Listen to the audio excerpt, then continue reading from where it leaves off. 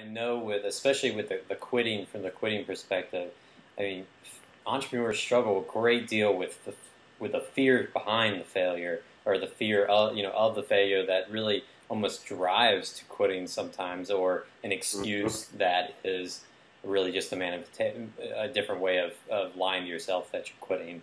How do you? Oh yeah, we're fantastic at creating excuses about why we're shifting direction, when in reality it's just that we're afraid of sometimes failure, sometimes success. I think that you can be afraid of success, you can be afraid of the responsibilities, the changes, fear of losing your friends, your family, being locked into something. Sometimes entrepreneurs sometimes have a fear of commitment, and we feel like if this succeeds, I'm going to be locked into this for 5, 10, 15, 20 years of my life, and is this really what I want to do? It's why I encourage people to pursue something that you're passionate about, because if you're not passionate about it and you do succeed, number one, you're going to hate what you do for the rest of your life, or for the next 5, 10, 15 years, and all the money in the world isn't going to make a darn bit of difference. It's not going to make up for the fact that you're going to wake up every morning hating what you do, and you're going to die a little inside because you feel like you sold your soul for a big fat paycheck. And so, that fear of success can be there if you're afraid of building something that you aren't really passionate about, and knowing that that's going to succeed is sometimes also the flip side of that. And then fear of failure and all that. And we'll make excuses for changing direction. We'll make excuses for, going, well, this company, I decided the market wasn't right for this company. In reality, what we decided is that we're just afraid that if we step out any further, our reputation is going to be on the line if we actually botch it and quote-unquote fail at making a go at it. Yeah. So from your own experience in entrepreneurship, or in, taking those risks, how would you feel like, or how would you say that you deal with that fear side of it, like on the mental and emotional battle that goes with you? How do you cope with that and get past it? Man, I can honestly say that for me, and I've heard this from a lot of people that I've talked to that are really honest about it, the fear never goes away. The fear's always there, and it's just learning how to act in spite of the fear, to put the fear in perspective, and to realize that if I try something, if I make an attempt at something, and if I put everything I've got into it, even if it doesn't succeed, I didn't fail. But if I give into the fear, I failed. If I give into that part of me that says you're never going to do it, you're never going to succeed, people are going to make fun of you, nobody's going to believe you,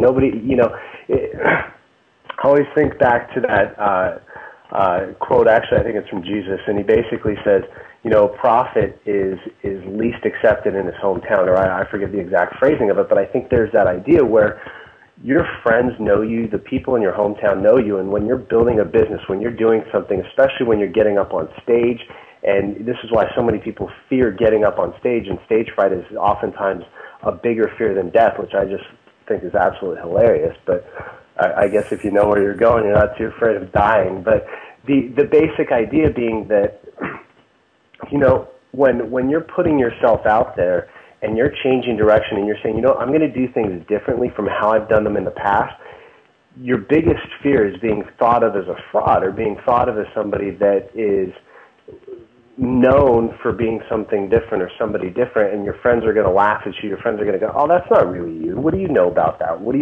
You're not qualified to talk about that. So there's always this fear that it's constantly there. It's constantly nagging, and I think that, number one, I surround myself with people who can put that in check and keep me accountable, and who are willing to push me, who are not willing to let me make excuses. I mean, my wife, Lisa, she's absolutely spectacular in that way, and I think that every entrepreneur, everybody who wants to be successful, who wants to do something big, is going to need a supportive spouse, not somebody who's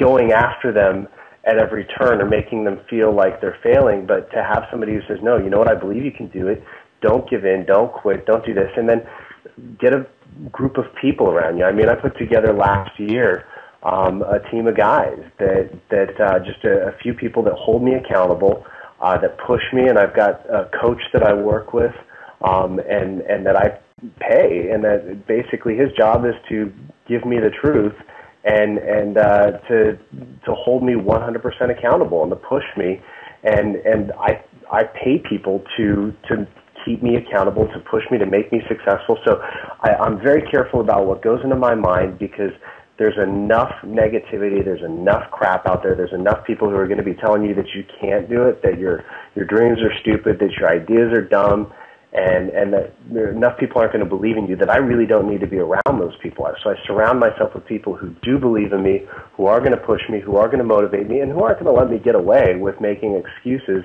and quitting when that fear starts creeping in. Yeah.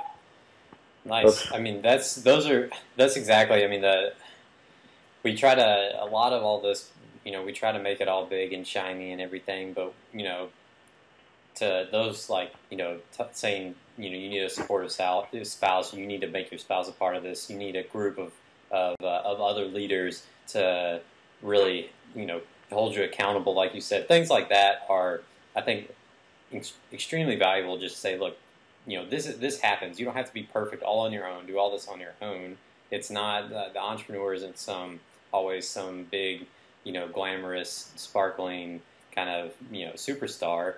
And good. And I'm glad you shared that, because I think that people really, need to hear that this is the reality of it, and this is what it takes to get it done, kind of a thing. And I think that you touched on something too, which is that we glorify, or we elevate entrepreneurs in our society, and I think on a lot of levels that's a really good thing. I think that the entrepreneurs in life need to be celebrated, and they need to be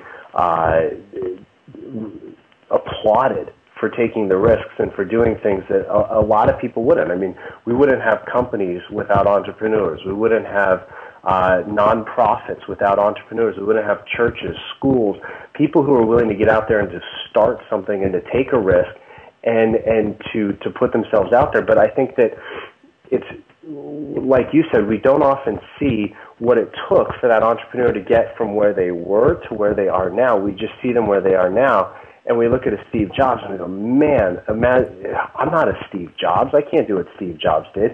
And the truth is, no, you can't do what Steve Jobs did. There's only one Steve Jobs, but you can be the best you that you. This sounds like a stupid cliche commercial, but the truth is that there's only one you, and there's only one person like you who has your dreams, who has your ideas, and you can't be Steve Jobs. But you also didn't see what Steve Jobs had to go through to get where Steve Jobs is. Right. And I think that something like this, what you're doing, is a really good thing, because it helps people understand that the process isn't there's no such thing as an overnight success. I think I like what Gary Vee says, or maybe it's not Gary Vee, somebody said it, where, I'm a 15-year overnight success. Yeah. And I think that that's the reality, is that, so whoever said that, I'm sorry, I don't remember, but good quote.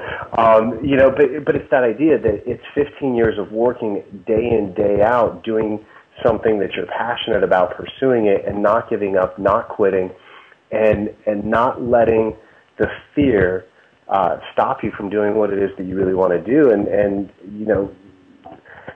yes, celebrate the entrepreneurs, but don't think that just because you're not where they currently are, that they weren't at one point where you are right now, because they were in that basement, they were in that garage, they were in that living room working from home going, I've got an idea for a computer, and a computer is going to be on everybody's house, everybody's going to have a computer in their house, saying that at a time when computers took up entire rooms of buildings and entire floors of office space. So, they were there at that point too, where everybody was telling them, what's a computer, and B, you're an idiot. And we forget what they went through that time frame, and we look at where they are now and compare ourselves to, we compare present day self with them present day, not remembering everything that they did in that process. So that's kind of a long, rambling answer to say, I like what you're doing. I like that idea of telling people what the reality of being an entrepreneur is. And yes, celebrate it, but don't think that you're not qualified to do it just because you're not currently as good as Steve Jobs or Jeff Bezos or however you say his last name. Mm-hmm. So yeah, absolutely. And I'll also say it's what we're doing, because I definitely, I'm just a facilitator. We need the people that are innovators, and any other entrepreneurs that are watching this that want to be interviewed or have something to share, shoot us an email. Totally just share your story. This is all about transferring that knowledge onto the entrepreneurs that are wanting to learn and wanting to go out there and have the courage to innovate.